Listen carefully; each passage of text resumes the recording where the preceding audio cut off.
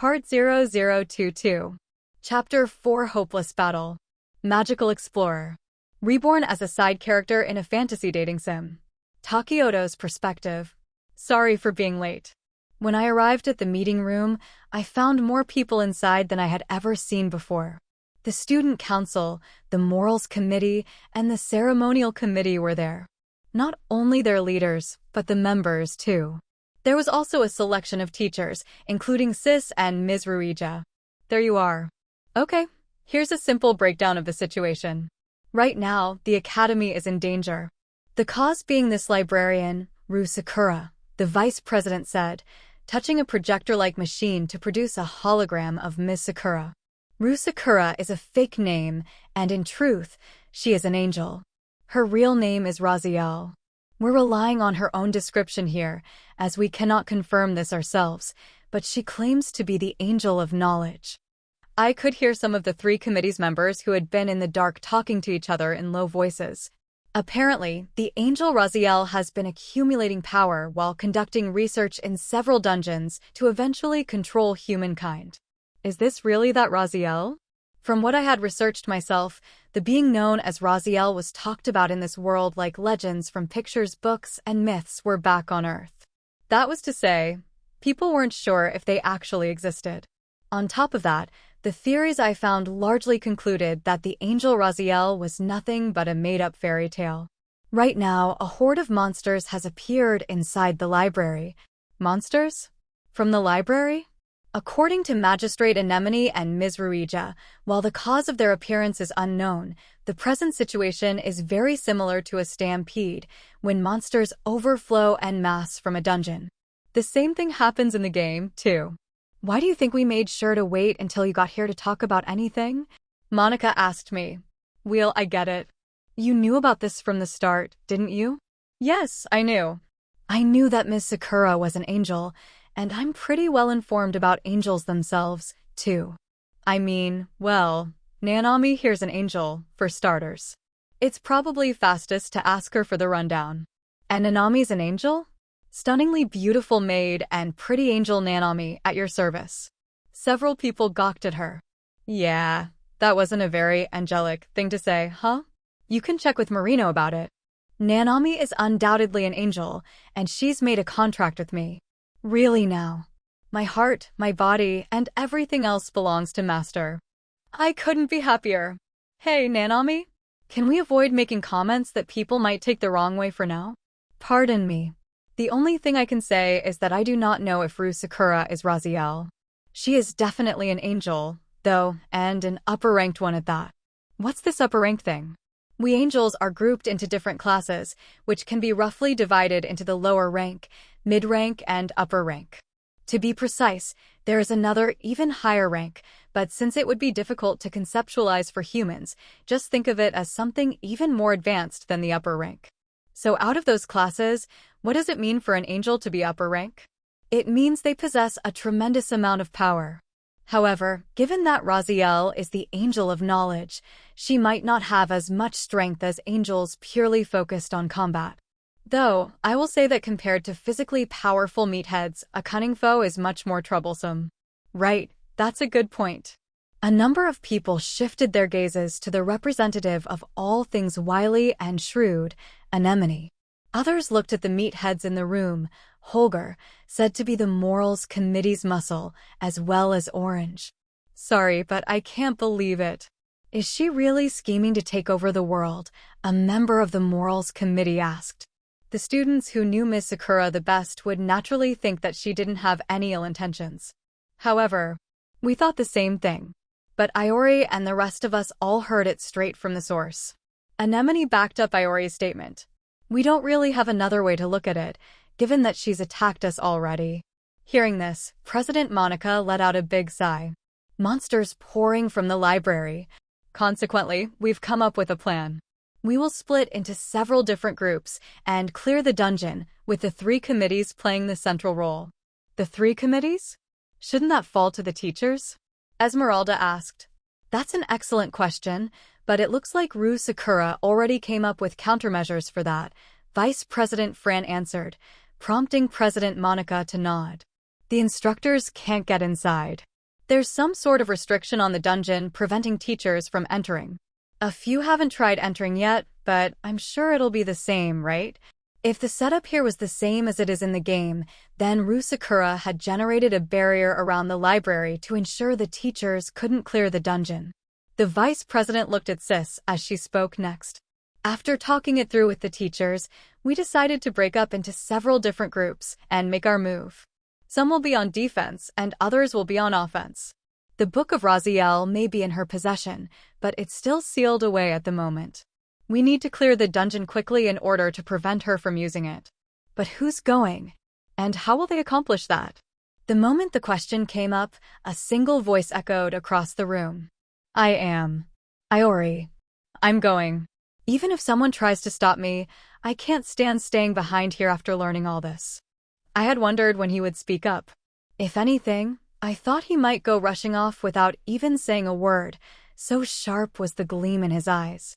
Someone let out a small sigh. It was Minister Benito. He stepped out of the gathering and waved his hands to try to calm things down. Listen here, young Iori Hijiri. Our enemy here is Rusakura, someone you know very well. Iori stared at Minister Benito without saying a word. Benito continued walking and stopped right in front of him. This isn't some average, everyday monster we're up against. We're talking about Rusakura, okay? Benito narrowed his eyes, making a face like a carnivorous predator trying to intimidate his prey, and got even closer to Iori. Then, bringing his face right up to Iori's. You're sure you're ready for this, then? He asked a question in a different voice than usual. From there, he raised his head up and looked at everyone in the room. He'd been asking if Iori would be able to harm someone he was close to, but now the words weren't only directed at Iori. He'd posed it to all of us. Absolutely, replied Iori resolutely, without hesitation, a flicker in his expression, or even a single blink of an eye. Supposing you go to swing your sword at Rusakura, but you hesitate a second, and she hits you with a counterattack. That mistake could throw off everyone else. We might not be able to come back from it. Are you sure you understand that? Naturally, he was directing this question to everyone else as well. Benito was telling us that only people who wouldn't have any second thoughts should go. Iori kept his gaze trained on Minister Benito the whole while.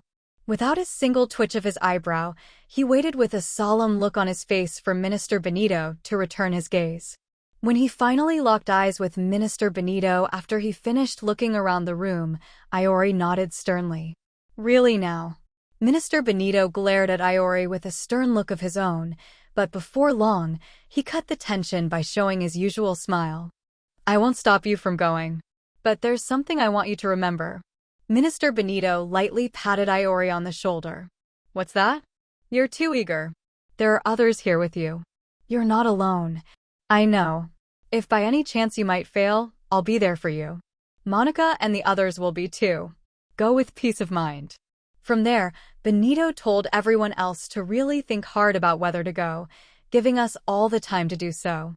After speaking with the president and others for a while, he called me over. Takioto. What is it? I replied, heading over to him. The leaders of the 3 committees were all looking at me. Be sure to tell us everything you know then. Sure, I mean, as long as it's stuff I can talk about. Or so I said, but of course, I couldn't tell them everything, so I only conveyed to them what was necessary. Once that was over, Minister Benito gave a heavy sigh.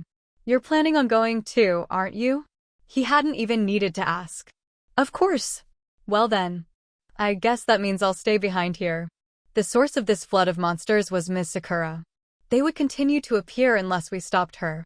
However, given that monsters were pouring out of the dungeon, several people would need to stay behind to protect the academy. Plus, the monsters that poured out of the dungeon in the game were fairly strong, too. That was why it was important to have some personnel stay behind. I agreed that one of the 3 committee's leaders should abstain from going into the dungeon. What about President Monica and Saint Steph? Please, do you really need to ask? President Monica replied. She was raring to go. If we're dealing with an angel, then I don't really have a choice. Steph's tepid lack of enthusiasm was par for the course, yet it set me at ease. The biggest apprehension I had about this latest event was regarding character deployment. In the game, you can decide for yourself who you would position where, but that wasn't the case here. I couldn't outright force someone to go if they didn't want to, and more importantly, President Monica was always going to be put in charge here anyway. This time around, I saw President Monica as an absolute necessity. I also thought it would be much easier to clear the dungeon if either the Saint or Minister Benito were there, too. It looked like I'd gotten pretty lucky for this scenario. Now then, Monica, you know what I'm going to say, right? Minister Benito asked. Yes, I know perfectly well what your feelings are here. And just how much you want to go yourself. Good job holding back. I would have charged right on in if I were you. Well, there's still the students to think about. So with that in mind, I'm leaving this all up to you. Takioto will be there, too, so I'm sure it'll work out fine. Oh, but I can jump in and help if anything happens, so don't push yourself too much, Minister Benito said, giving me a pat on the shoulder. I couldn't help letting out a sigh. What? Where'd that look of admiration come from? It appeared that President Monica had picked up on my reaction. Just impressed about what a good boss can be like. I answered honestly. Normally, most people wouldn't want to leave such an important task up to a newbie like me. One thing I had come to learn from my experiences in modern society was how wonderful it was to have a boss entrust things to you. Not only that, but come to clean up any messes for you too. Could I have asked for a better work environment? Haha. Praising me like that isn't going to get you anywhere, you know. I mean, if you came to the student council, then you'd get to work under me, you know. I could agree that President Monica was definitely more charismatic. However, you can't necessarily say that your charms and Minister Benito's are the same, though. It's hard for me to determine which is better, really. Besides, Saint Steph is just as charming herself. She has her own unique appeal, too. Well, I certainly don't want to hear that from you, the Saint said. I unconsciously let a dry chuckle escape my lips. Don't worry, Takioto. Miss Stephania here may talk like that, but she really doesn't think that way. Last time, when you came up to, knock it off, Benito. Okay, he said with a smile. Monica, he continued, gazing at the president. From the students' point of view, Minister Benito and President Monica were part of two different organizations, the Student Council and the Ceremonial Committee, which were at odds with each other. But in reality, the two of them both acknowledged the other's strength and had great trust in each other. In fact, their faith in each other never wavered, even during important moments like these, where people's lives were on the line. This was likely why the two didn't see a need to say anything more to each other. They both raised their arms in unison and bumped fists, Minister Benito with his usual grin and President Monica with a cocky smile. The library dungeon was, as its name suggested, a dungeon fashioned after a library. The walls were bookcases and antique light fixtures illuminated the ground. The area was thick with the scent of old dried ink, and the Saint grumbled about the dreary atmosphere. This place would have been heaven to a bookworm, but I could understand why it wouldn't be to some people's tastes. But it definitely beat the sewer dungeon, I'll tell you that. That being said, the sewer dungeon had this rock track for the background music for some reason, and man, was it badass.